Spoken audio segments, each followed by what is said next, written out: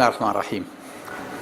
خزمتانين لا خزمتي تندرستي خوشويزدا لموانيا أشينا خزمتي تندرستي بيغمبري خوا صلى الله عليه وسلم لمناليا زاني بيغمبري خوا صلى الله عليه وسلم قشي شير بيداني جياني طبيعي بوا ياخد بشتيكي ناوازە بووە یاخود شتێکی غیر مەقبول بووە لەبەر ئەوەی ئەو کاتە پێغەمبەر نەبووە.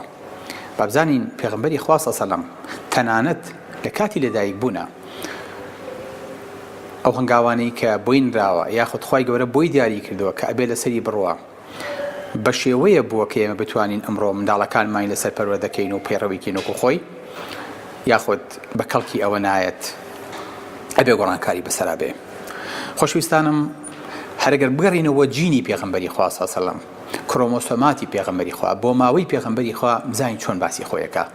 فما إن الله خلق الخلق فجعلني في خير خلقه.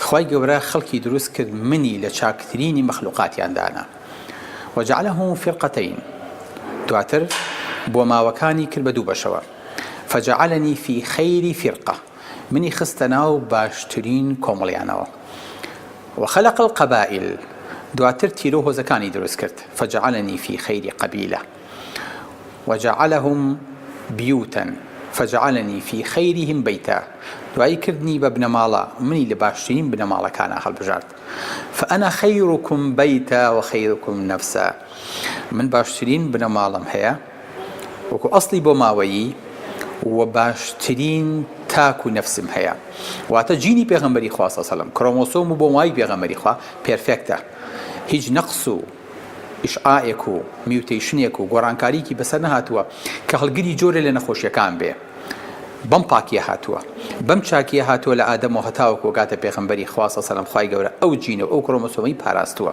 دیارە ئەو کاتەژ وەکو ئێستاکەنە تیشک و دەرمان و کۆمەڵێ نەخۆشی و شەپۆل و شەبەکە و ئەمانە نەبووە هەتاوەکو جینی ئینسانەکان بشێوێنێ بۆیە جینی پێغەمبەری خوا صلی الله علیه و سلم بە پاکی و بە چاکی و بەبێ گۆڕانکاری وەکو نەخۆشی ماوەتەوە چونکە زۆر لە نەخۆشیەکان هەن ئەمڕۆ هەڵگری بۆ ماوەیین سەرەتانی مەمک کۆڵۆن پرۆستات مەعیدە شەکرە زەخت دڵ هەناسەتوونی ڕەبوو ئەمانە هەر هەمووی جین زۆرجار تەحەکومی پێواکە بەڵێ بۆیە بینی پێغەمبەری خوا صلی الله علیه و سلم هەر لە کاتی لەدایک بوونیەوە بە حاڵەتێکی طەبیعی ولادەیەکی طەبیعی لەدایکە بێ لە حوزوری کۆمەڵە مامانە پێغەمبەری خوا صلی الله علیه و سلم یەتە ژیانەوە دایکی ژەکی مەمکی ئەبێ باتێ بۆ ئەوەی کە لەسەر ئەو ژەکە بژی کە ئێستاکەنە ئامادە کراوە بۆ مناڵێک کە تازە لەدایکە بێ ئێمەش ئەبێ ئەمە بێ بە دەرز و عیبرەیە بۆمان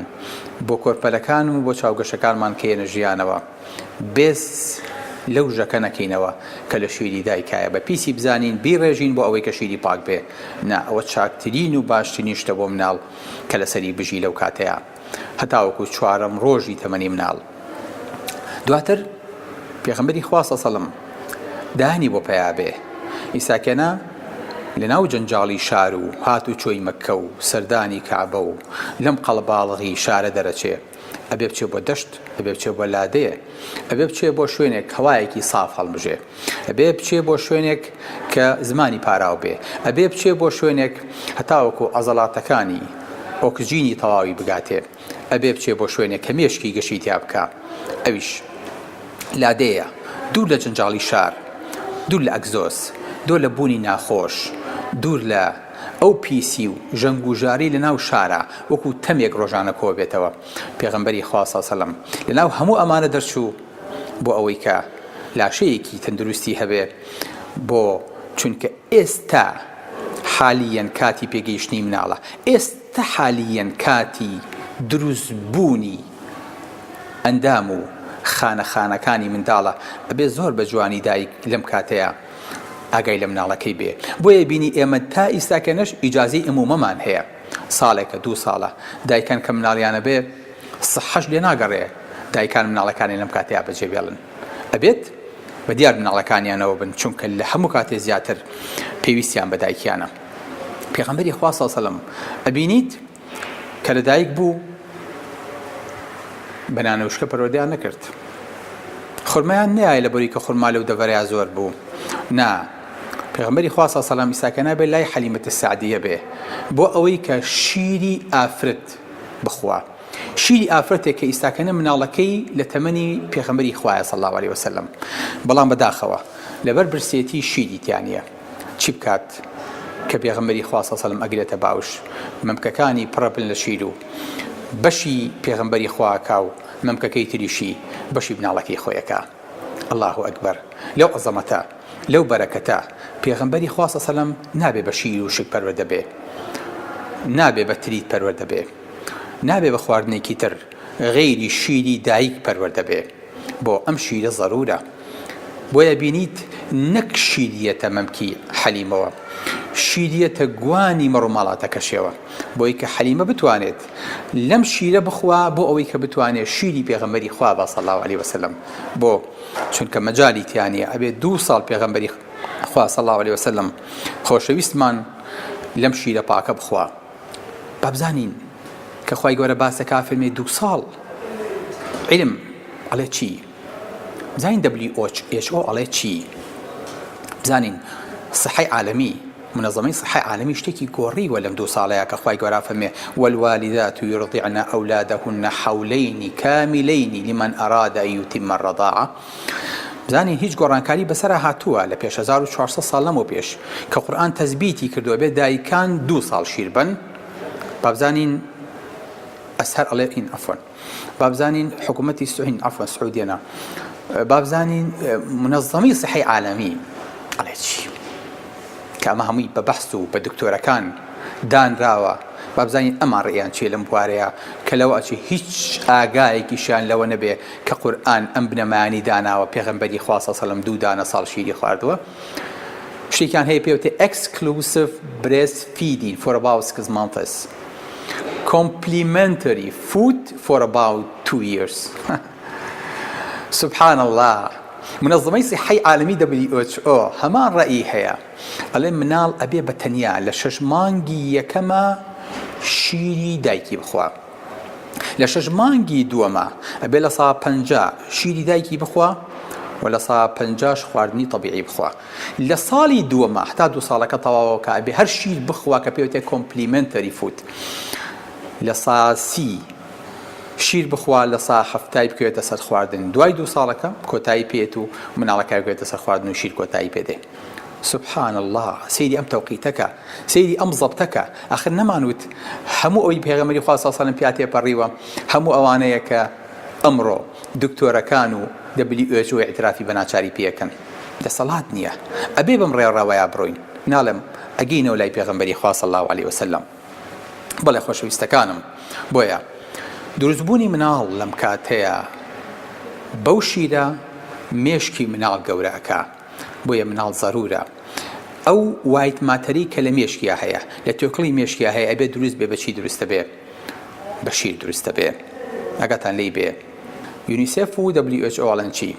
ئەڵێ ئەو ژەکەی کە لە مەمکی دایکایە ئەبێ لە سەعاتی یەکەمە کە دەرەچێت بدرێ بە منداڵەکە، چکە مناڵ پێویستی پێیەتی. بۆ چونکە دایک بە درێژایی تەمەنی چ تەجروبەیەکی لەگەڵ کوتان و لەگەڵ نەخۆشیە هەبووە، هەر هەموو ئەم تەجروبەیە لەو بیدایەتەوە نەقلەکا بۆ مناڵەکەی.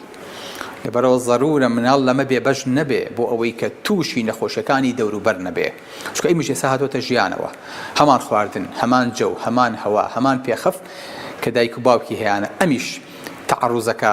بۆیە دایک تەنها بە فلاشێک، تەنها بە بلوتوزێک، تەنها بە شیر و ژەکەکەی هەموو ئەمانە نەقلەکا بۆ مناڵەکەی، هەموو تەجروبەی خۆی حیاتی ئاەتێ. الله ئەکبەر. سبحان الله. ئەمە گەورەییە.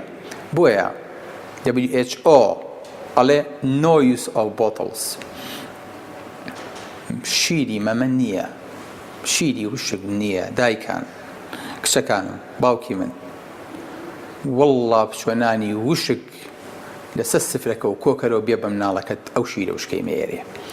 من زۆرم پێسەیرە هەندێک کەناڵدانی شندی ئایا بۆ شیری وشکەکەن، زۆرم پێ عەجیبە. ئەمە چ عەقڵیەتێک لە پشتێوەیەتی، چ دکتۆرێک ئەمەی بڕیارداوە. یەک دکتۆرم بۆ بێن بڵێن شیری خۆمەیە بە مناڵەکە بچۆ شیری وشکی بەرێ، شیری خۆ بە کەڵکی مناڵەکە و نایە. ئەدی پێم بڵێن منداڵی تەندروست باشترین شیری دایکێتی، هیچ ئیسێغناش ناتوانێت لەوە بکە. بەڵێ بۆیە هەموو شتێکی منداڵ سوبحان الله پێداویستی منداڵەکە ڕۆژ بە ڕۆژ چییە؟ لە شیری دایکەکەیەتە جێ، لە ژەک ئەگۆڕێ بۆ شیرێکی تەبیعی. شیری 6 مانگی یەکەمی دایک وەکو شیری 6 مانگی دووەم نییە، شیری ساڵی یەکەم وەکو شیری ساڵی دووەم نییە. هەر قۆناغە و چی پێویستە ئەو شیرە وای لێ دێ. چۆن منداڵە لێ ئەمە شیری 6 مانگی یەکەم و شیری 6 مانگی دووەم و شیری ساڵی نا، ئەمە لە منداڵە بە 6 مانگە گۆڕێ، بەڵام لە شیرە بە ڕۆژە گۆڕێ، بە سەعاتە گۆڕێ. سوبحان الله. بۆیە شیری وشک هیچ کاتێک تامی شیری دایک نایە ئاگاتان لێی بێ. کچی من باوکی من بۆی کە بە هەڵەیان نەچین، شیری دایک ئەنتی ئۆکسیدانتی تایە کە دژە سەرەتانە. شیری دایک منعی تایە بۆ مناڵ. شیری دایک ئەنتیبەدی تایە، دژە تەنی تایە کە منداڵەکە پارێزێ. شیری دایک ئیمینۆگلۆبینین ئەی تایە کە سکی مناڵەکە هەر هەمووی داپۆشێت و بۆ ئەوەی کە مناڵەکە تووشی کێشە نەبێ. شیری دایک خانەی تایە کە بەرگری لە مناڵەکەکە. بۆیە ئەو منداڵانەی کە شیرێکی تەبیعیە خۆن زۆر جیاوازن لەوەی کە شیرێکی وشکە خۆن. خەوان پیاڵین شیری قوتوو. خۆشەویستەکەم، ئەم شیری قوتووی کە من و تۆ زۆر دڵمان پێ خۆش و پارەیەکی زۆری تا سەرفەکەین، باوەڕم پێ بکە ماوەیەکی تر منداڵەکانمان محاسەبەمانەکەن لەسەری ئەڵێ دایکە شیرێکی یاوە بە من، باوکە شیرێکتان بۆ کڕیوم، گەردنتان ئاسانە بێ. کوڕم پارەم تا سەرف کردووی، هەموو ڕۆژێ هەموو چەند ڕۆژێ من بڵێکم بۆیە ناویتێتەوەڵێ شیرێکی خۆت، قەترەیە شیری خۆت هەموو ئەوانەی هێنا بێ بەشت کرد. ئەمڕۆ من مێشکم دواکەوتووە، عەقڵم دواکەوتووە. بەحسە لە بەریتانیا سەلماندۆتی لە تەمەنی مناڵ 14 بۆ 16 ساڵ سبحان الله مێشکیان دەرەجیان لەگەڵ مناڵێکی ترا کە شیری قوتوی خواردووە جیاوازە لەو مناڵانی کە شیری دایکیان خواردووە. حتا دەرەجیان مێشکیان عەقڵیان فەهمیان تێگەیشتنیان بەڵێ لە هەموو شتێکا جیاوازن. سبحان الله. بۆیە بینی خۆشەویستەکانم، شیری دایک یەک کۆمەڵ موادی تایە قەسەم بەخوا هەرچی مەعامیلی دنیایە کۆ بێتەوە لەسەر یەک جۆر شیر دروستی کەن تامی دڵۆپێک شیری دایک نایە. ئەم قسەی هەڵگرن بە تەحەداشەواڵێم هەرچی مەعامیلی دنیایە بیانەوێت تەقلیدی شیری دایکن بۆ چکە کۆمەڵێ مادی زیندوی تایە کە ناتوانێت لە هیچ مەعمەلێکا دروست کرێ، بەس شیری دایکە توانێ ئەم کە لێنە پڕکاتەوە. بۆیە بینی خۆشەویستەکانم، ئەو مناڵانەی کە لەمە بێبەشن لە زۆر شت بێبەشن، دایم بە خستەخانە، ڕەبوو، ئیلتیهاب، سووتانەوە، سوکچوون، ڕشانەوە، شەکرە، سەرەتان، هەتا ئەو حەدە بڵێ سبحان الله. ئەو مناڵانی ئەگەنە حتەمەنێکی زۆر پیانەوە دیارە کە ئەو منداڵە شیری دایکی نەخواردووە. الله ئەکبەر. دایکی من خەریکی چیت؟ خەریکی معاش بۆ مناڵەکە و پەیاکەیت و واز لە دەوامی خۆت نایانیت و دوایی ئەیکی بە شیری قوت و وشک و ئەی بە مناڵەکەت خێرت ناگات. ئەگەر توێ خێر بە مناڵەکەت کەی ئەمە چاکەی لەگەڵا ناکەی. تۆ دژمنی خۆشت و دژمنی مناڵەکەشتی، چونکە شیردانی خۆت بە منداڵەکەت مەمکی خۆت لە سەرەتانی مەمکە بپارێزێ، وا ئەکات ڕەحمت تەقەڵوسکا خوێنێکم لێ بڕوا، وا ئەکات ئەو وەزنەی کە ورد گرتە بوو لە کاتی حەملا و قەڵەو ببوویت هەموو ڕۆژێ 500 دانە کالۆری لێکەم بێتەوە بۆ ئەوەی کە بتوانی وەزنێ دابەزێ. وا ئەکات کە خۆت تووشی نەخۆشی قەڵەوی نەبیت، وا ئەکات کە خۆت تووشی نەخۆشی کە ئابە نەبی، چکە دایک لە سیانزی ئافرەتەکان لە زەیستانیا تووشی نەخۆشی دەرونیە بن. بۆیە بینی لە کوردەواری ئەگەر ئافرەتێک مناڵێ بێ ئەچەند قورئانێکە بن لە ژوور سەریادانێن. بەڵام سبحان الله ئەو بۆندەی کە لە بینی دایک و مناڵە دروستە بێ ئەم مشکلەیەش حەلەکە. ئەزانن ئەو خۆشەویستی کە دایک بۆی دروستە بێ لە کە ئابە و لە خەمۆکی و لە قەمۆ لە قەلەقی پارێزێ تەنها بە چاو بڕینە چای مناڵەکەی زۆر لە کێشەکانیان بۆ چارەسەرە بێ. بۆیە بینی دایک تەندروستی خۆشترە، مناڵیش لە هەمان کاتە تەندروستی خۆشترە. هۆکارەکان و بەحسەکان زۆرن لەسەر ئەوەی کە مناڵ سوودێکە بینێ لە شیری دایکی و دایک سوودێکە بینێ لە شیردان بە مناڵەکەی. خوشکان، دایکان، منداڵەکان بە تەندروست پەروەردە بکەن، با تەندروستیان وەکو تەندروستی خۆشەوی زوا بێ، ئاگاتان لێی بێ خۆشتان و مناڵەکانیشتان جیرۆدەی دەرد مەکەن، تەنها چاوبڕینی یەکتری لە کاتی شیردانە، پێزنووسان بە پێستی یەکتریەوە زۆر واتای گەورەی هەیە کە ئەو مناڵی لەسەر گەورە بێ و پەروەردا بێ. بەڵێ ئەگەر دەتەوێت تەندروست بیخۆت، منداڵەکەشت تەندروست بێ، دوای تەندروستی خۆشەویستکەوە صلی الله علیه وسلم. بەڵێ خۆشەویستەکانم، لە بەحسێکە لە ماوەی 2 هەفتەی یەکەمە تا 2 مانگی یەکەم شیری دایکیان هێنا مادەیەکی مشیعیان تێکرد بۆی کە بزان ئەچێتە شوێی مناڵەوە، بۆیان دەرکەوت کە سیرەکەن لە ناو سووڕی خوێنی مناڵەکەی ئایبینن و لە مێشکی ئایساکەنە خالیان خانەکانی مێشک بنیاتەنێ. ئەمە لە کوێی دنیاە هەیە؟ ئەمە لە چ جۆرە خواردنیەکە هەیە کە بتوێت قەرەبووی پێ بکەیتەوە؟ لەمە عەجیبتر و لەمە سەیرترتان پێ بڵێم خۆشەویستەکانم. ئاخر نقطە ئەوەیە کە بەحسەکانی ئەمڕۆ لەمە خەتەرتر ئەڵێن مناڵ لە بیدایەتی دروستبوونیان لە 6 مانگی یەکەمە تەقەبولی جسمی غەریبەکە خۆی پێ بنیاتەنێ. یەکێک لەوانەی کە تەقەبولیەکە جین و پێکهاتەی شیری دایکەکەیەتی یەتە ناو لاشەیەوە کە پێوتێ ستێم سێڵ، یەتە ناو بنیاتی مناڵەکەوە. بۆیە ئەم منداڵە کە شیری ئەم دایکە ئەخوا لەگەڵ منداڵێکی ترە هەمان جین و هەمان بۆ ماوە وەرەگرن ئەبنەوە بە خوشک و برا. ئەها کوڕەکی حەلیمەت سەعدیە ئەڵێ دایکە برا شیری یەکەم هاتن و سنگیان لەت کرد بۆ چکەمە برایەتی. قورئانی شەفەرمێ چی؟ فەرمێ حُرِّمەت عەلەیکم، لە ئەخیرا فەرمێ وەئەخەواتکم من الرەضاعە. خوشکەکانتان کە شیرتان پێکەوە خواردووە خۆوان پێڵێن خوشکی شیری لێتان حرامن. بۆ چکە هەمان پێک هاتە و هەمان بوونیە و هەمان بۆ ماوە و هەمان ستێم سێڵی وەرگرتووە کە ئیساکەنی لاشی تویا هەیە، بۆیە بە یەکتری ناشێن. الله ئەکبەر. بەڵێ خۆشەویستەکانم، ئەکرێ لەمە لابین، ئەکرێ لەمە چاکترمان هەبێ، نەخێر. بۆیە با بگەڕینەوە بۆ تەندروستی خۆشەویست هەتاوەکو بتوانین لاشەی خۆمان، لاشەی منداڵەکانمان تەندروست بێ و دواتر کەڵە پیاویان لێ دروستکەین وەکو پێغەمبەری خوای لێ دروست بوو صلی الله علیه وسلم. السلام علیکم ورحمة الله وبركاته.